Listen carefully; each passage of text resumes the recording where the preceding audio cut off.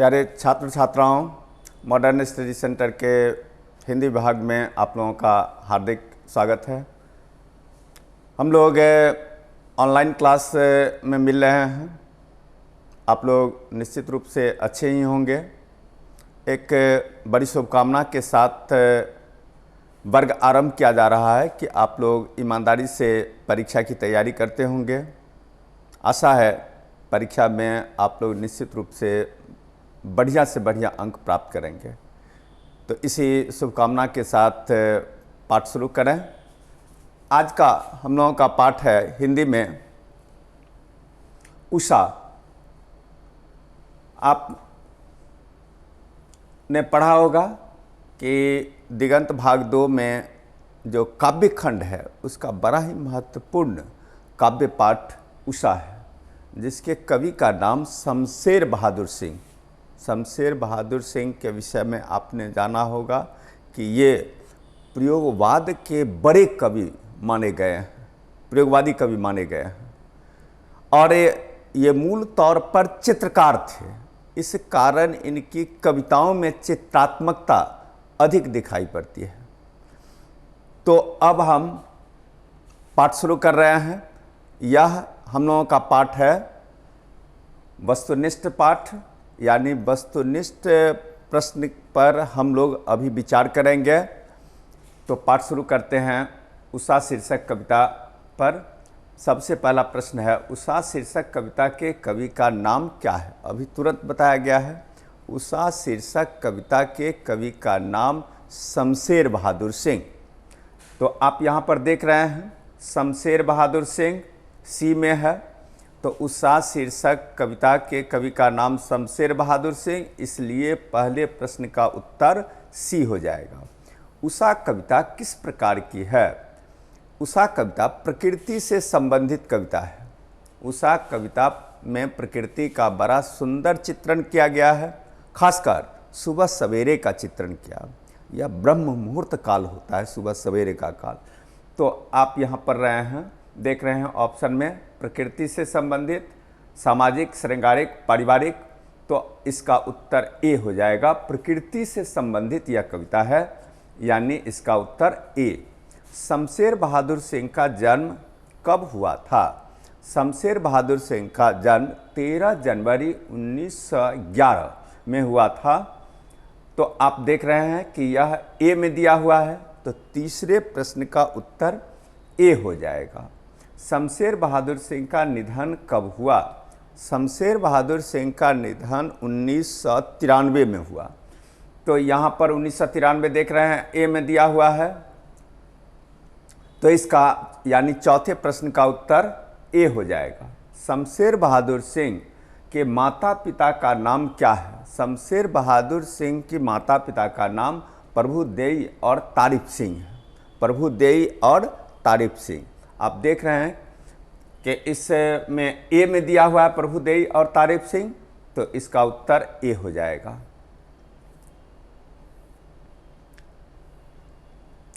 शमशेर बहादुर सिंह का जन्म कहाँ हुआ था? शमशेर बहादुर सिंह का जन्म देहरादून, जो अभी उत्तरांचल या उत्तराखंड कह लीजिए में पड़ता है। तो शमशेर बहादुर सिंह का जन्म देहरादून में हुआ था। यहाँ पर आप देख रहे हैं छठे प्रश्न का उत्तर ए हो जाएगा। शमशेर बहादुर सिंह की पत्नी का नाम क्या था? शमशेर बहादुर सिंह के कविता पर उनकी पत्नी के जीवन का भी प्रभाव पड़ा है। इसीलिए शमशेर बहादुर सिंह की पत्नी का नाम भी महत्वपूर्ण हो जाता है। इसका उल्लेख उन्होंने बार बार किया है। तो यहाँ पर आप देख रहे हैं धर्म देवी। शमशेर बहादुर सिंह की पत्नी का नाम धर्म देवी, अर्थात इसका उत्तर बी हो जाएगा। शमशेर बहादुर की पत्नी का निधन कब हुआ? शमशेर बहादुर सिंह की पत्नी का निधन 1933 में हो गया, अर्थात ए। बीमारी के कारण संयोग ऐसा है कि शमशेर बहादुर सिंह की पत्नी को टीबी की बीमारी हो गई, उसमें वो मर गई। और उनका एक बेटा इकलौता था, इकलौता बेटा, उसका भी निधन कुछ दिनों के बाद हो गया, जिसके चलते वह कभी भीतर से टूटने लगा। लेकिन फादर कामिल बुल्के के प्रभाव में आने के कारण, उससे उत्प्रेरित होने के कारण, उससे उपदेश सुनने के बाद इस कवि के जीवन में एक नई जिंदगी आई और फिर उन्होंने काव्य सृजन की ओर कदम बढ़ाया और कविता के क्षेत्र में बहुत आगे बढ़ गए। तो आपने देख लिया, शमशेर बहादुर सिंह की पत्नी का निधन 1933 में हुआ। शमशेर बहादुर सिंह ने किस पत्रिका का संपादन नहीं किया, यहाँ पर नहीं करने की बात की गई है।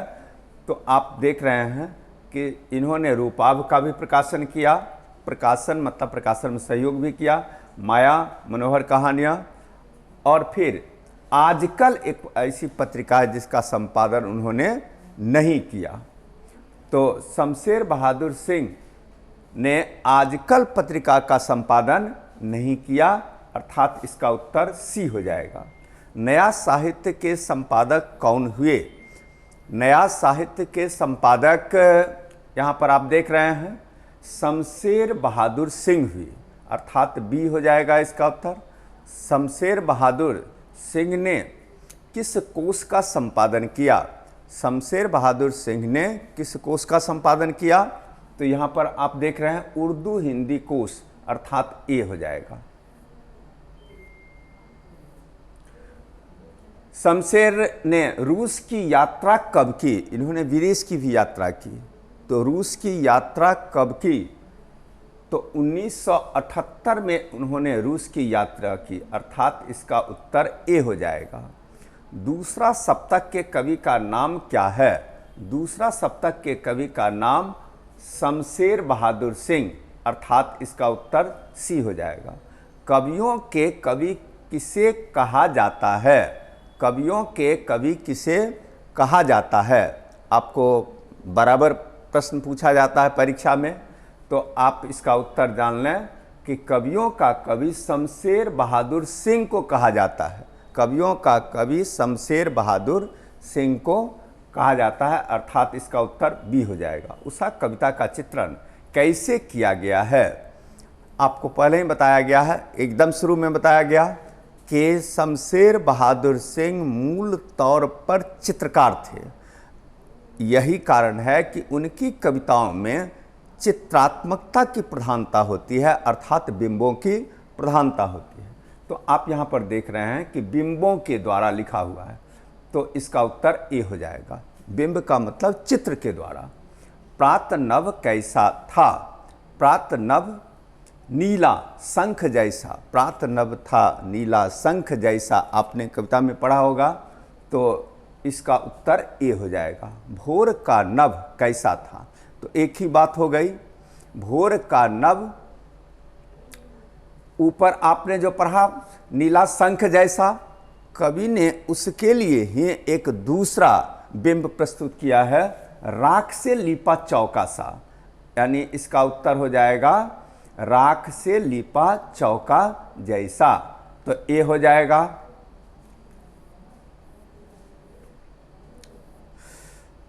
बहुत काली सिल किसे कहा गया है? बहुत काली सिल भोर का नभ को कहा गया है, अर्थात ए हो जाएगा।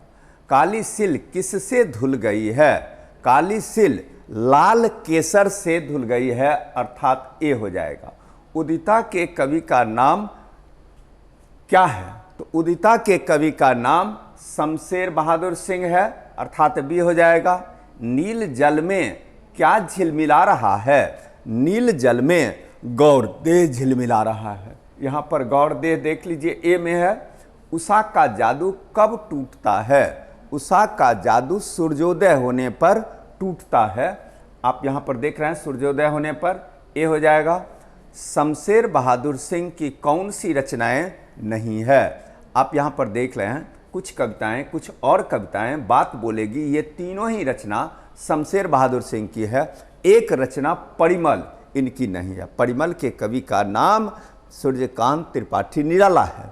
तो इस कारण इसका उत्तर सी हो जाएगा, अर्थात परिमल इनकी रचना नहीं है। ये तीनों रचनाएं इन्हीं की है। तो यहाँ प्रश्न पूछा जा रहा है नहीं, तो आप यहाँ परिमल में लगाएंगे, सी में लगाएंगे।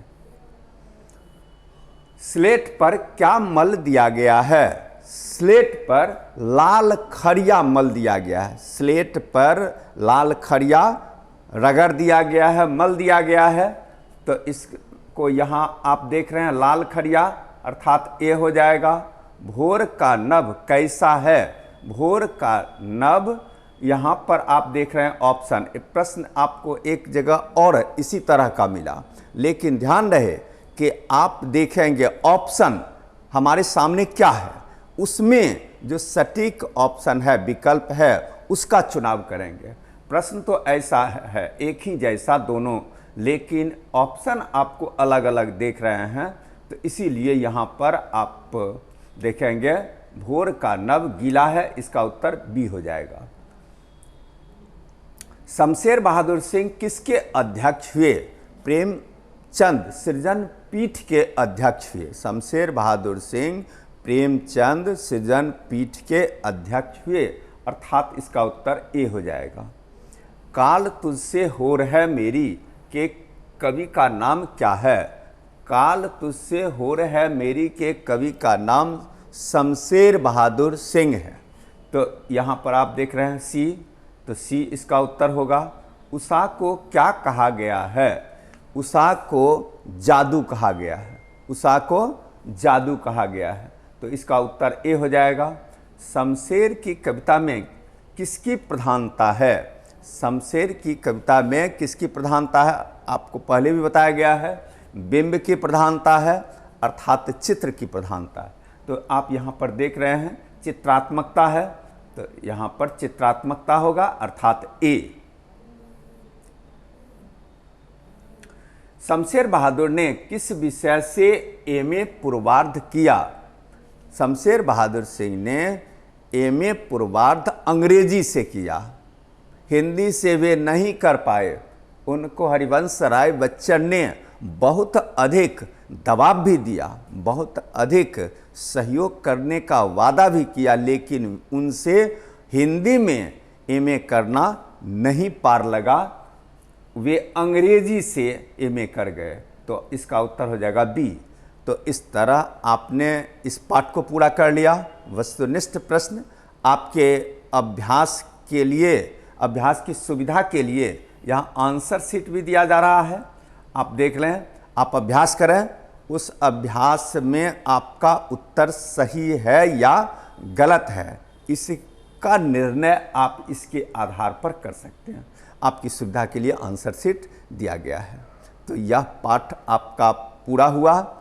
यह पाठ पूरा करने के लिए आप लोगों को बहुत बहुत धन्यवाद। लेकिन एक दूसरे पाठ के आरंभ की अपेक्षा भी है, तो आप यहाँ पर देख रहे हैं एक दूसरा पाठ, जन जन का चेहरा एक। संयोग ऐसा है कि दोनों कवि यानी रघुवीर सहाय नहीं, शमशेर बहादुर सिंह और मुक्तिबोध दोनों ही एक ही काल के कवि हैं। दोनों ही एक ही काल के कवि हैं, अर्थात दोनों पूर्ववादी कवि हैं। इसीलिए दोनों की कविताओं को एक साथ समेटने का प्रयास किया गया है। तो इसी मंगल कामना के साथ यह पाठ आरंभ किया जाता है। जन जन का चेहरा एक, इसके कवि का नाम गजानन माधव मुक्तिबोध। मुक्तिबोध इनका उपनाम है, मुक्तिबोध उपनाम है, इनका मूल नाम गजानन माधव है। गजानन माधव इनका मूल नाम, और ऊपर से इन्होंने मुक्तिबोध नाम अपना उपनाम बना लिया है। तो पाठ शुरू करते हैं। जन जन का चेहरा एक के कवि का नाम क्या है? आप यहाँ पर देख रहे हैं गजानन माधव मुक्तिबोध, ए हो जाएगा इसका उत्तर। मुक्तिबोध का पूरा नाम क्या है? मुक्तिबोध का पूरा नाम गजानन माधव मुक्तिबोध। गजानन माधव मुक्तिबोध इनका पूरा नाम होगा, अर्थात ए हो जाएगा इसका उत्तर। मुक्तिबोध का जन्म कब हुआ था? यहाँ पर डेट आपको देखना है। तो मुक्तिबोध का जन्म 13 नवंबर 1917 को हुआ। 13 नवंबर 1917 अर्थात ए हो जाएगा। मुक्तिबोध का निधन कब हुआ था? 11 सितंबर 1964 अर्थात ए हो जाएगा। मुक्तिबोध का जन्म कहाँ हुआ था? मुक्तिबोध का जन्म श्योपुर, ग्वालियर, मध्य प्रदेश, ये यहाँ पर हुआ था जन्म। लेकिन ध्यान रहे कि जन्म तो उनका हुआ मध्य प्रदेश में, ग्वालियर में, लेकिन ये लोग मूल वासी थे महाराष्ट्र के, मराठी थे। ये आकर बस गए इनके पूर्वज ग्वालियर में यानी मध्य प्रदेश में, और वहीं पर मुक्तिबोध का जन्म हुआ। ये बात स्पष्ट कर लेना जरूरी है कि मुक्तिबोध मूल तौर पर महाराष्ट्र के वासी थे, अर्थात इनके पूर्वज महाराष्ट्र के थे और ये लोग ग्वालियर में आकर बस गए। तो इसका उत्तर ए हो जाएगा। मुक्तिबोध मूल रूप से किस प्रदेश के वासी थे? यह आ ही गया प्रश्न। तो यहाँ पर आप देख रहे हैं महाराष्ट्र, सी हो जाएगा इसका उत्तर। मुक्तिबोध का उदय कैसे कवि के रूप में हुआ? मुक्तिबोध का उदय प्रयोगवादी कवि के रूप में हुआ। तो आप यहाँ पर देख रहे हैं प्रयोगवादी, ए हो जाएगा। मुक्तिबोध के माता पिता का नाम क्या था? मुक्तिबोध के माता पिता का नाम पार्वती बाई और माधवराज मुक्तिबोध। तो पार्वती बाई और माधवराज मुक्तिबोध हुआ, ए हो जाएगा।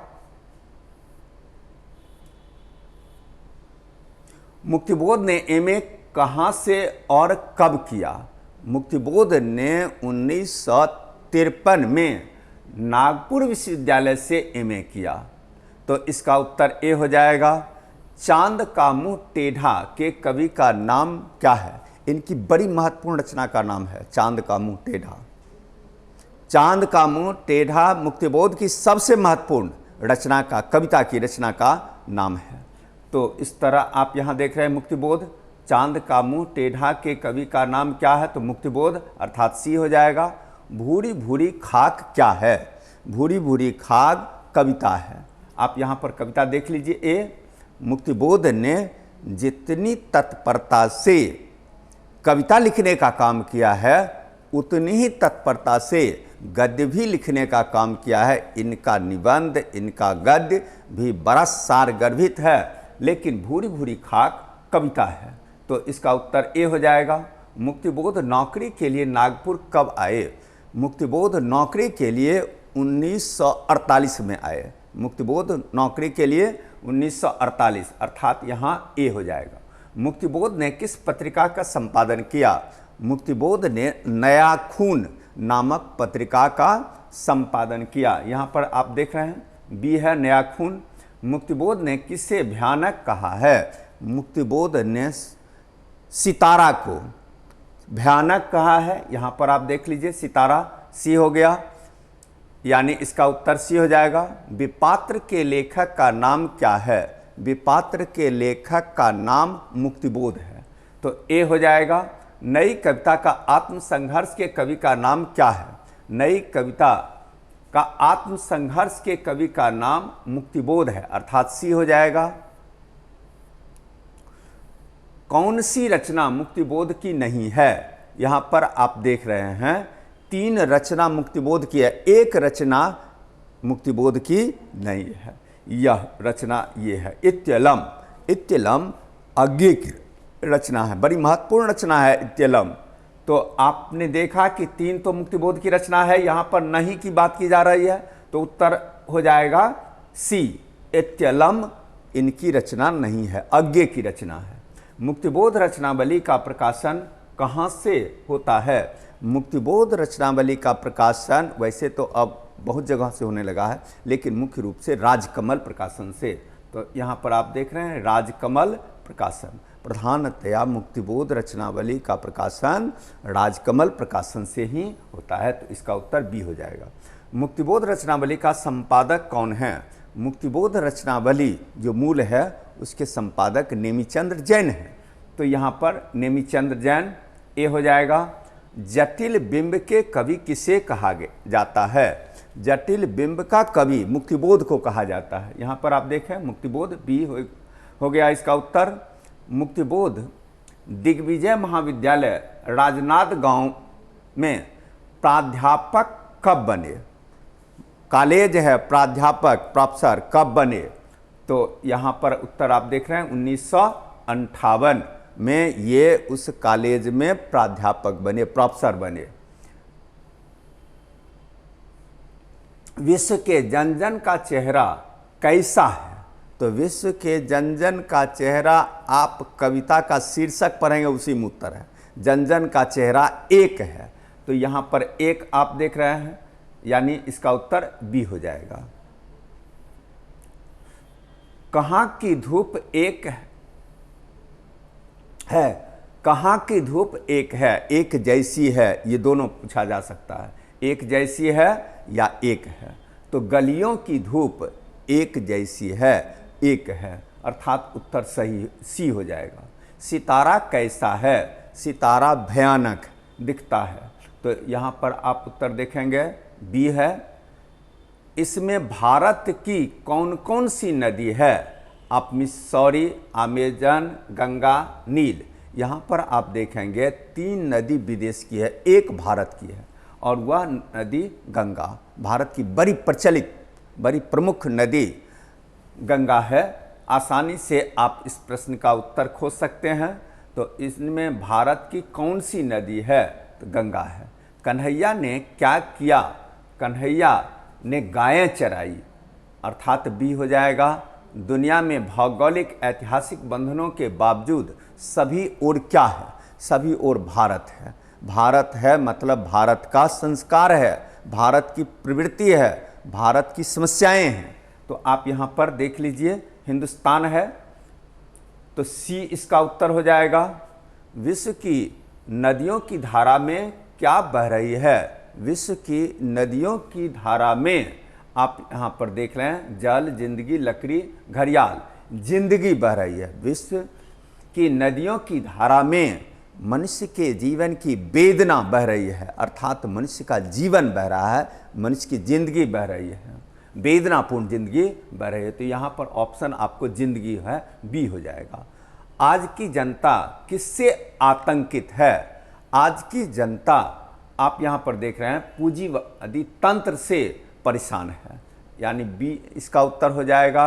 ज्वाला कहाँ से उठती है? ज्वाला जनता के हृदय से उठती है। तो यहाँ पर आप ऑप्शन देख रहे हैं, जितने सारे ऑप्शन दिए गए हैं उसमें जनता से सही है, तो सी उत्तर हो जाएगा।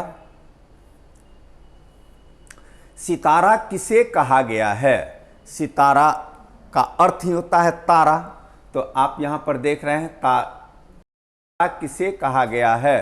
तारों को, जनता को, नेता को, अधिकारी को। तो यहाँ पर सितारा, सितारा का अर्थ तो तारा है, लेकिन ये जनता के लिए हो जाएगा, अर्थात इसका उत्तर बी हो जाएगा।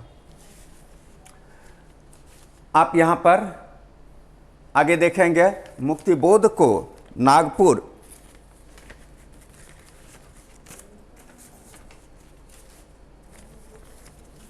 मुक्तिबोध ने नागपुर के प्रकाशन और सूचना विभाग में किस रूप में नौकरी की? तो यहाँ पर आप देखें, निर्देशक के रूप में, पत्रकार के रूप में, संपादक के रूप में, प्रूफ रीडर के रूप में। तो इसका उत्तर हो जाएगा बी।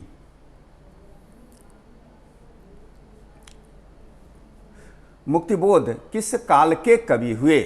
तो इसका उत्तर हो जाएगा मुक्तिबोध प्रयोगवाद काल के कवि हुए। आपकी सुविधा के लिए यहाँ पर आंसर शीट दिया जा रहा है। उम्मीद है कि आप आंसर शीट के सहारे निश्चित रूप से अभ्यास करेंगे। आपकी सुविधा के लिए आंसर शीट दिया गया है। तो यह पाठ आपका पूरा हो गया। एक विशेष शुभकामना के साथ, आशीर्वाद के साथ कि आप परीक्षा में अधिकतम अंक लाएंगे, उस हैसियत से, उस डिजाइन से, उस रूप में आप अभी से तैयारी शुरू कर देंगे। अभी ऑनलाइन क्लास ही सही, लेकिन क्लास हो रहा है, थोड़ी कठिनाई तो है, संघर्ष तो आपको करना है, संघर्ष करने पर ही सफलता मिलती है। इसी शुभकामना के साथ ये पाठ पूरा किया जाता है। धन्यवाद। दूसरे पाठ में लोग फिर मिलेंगे।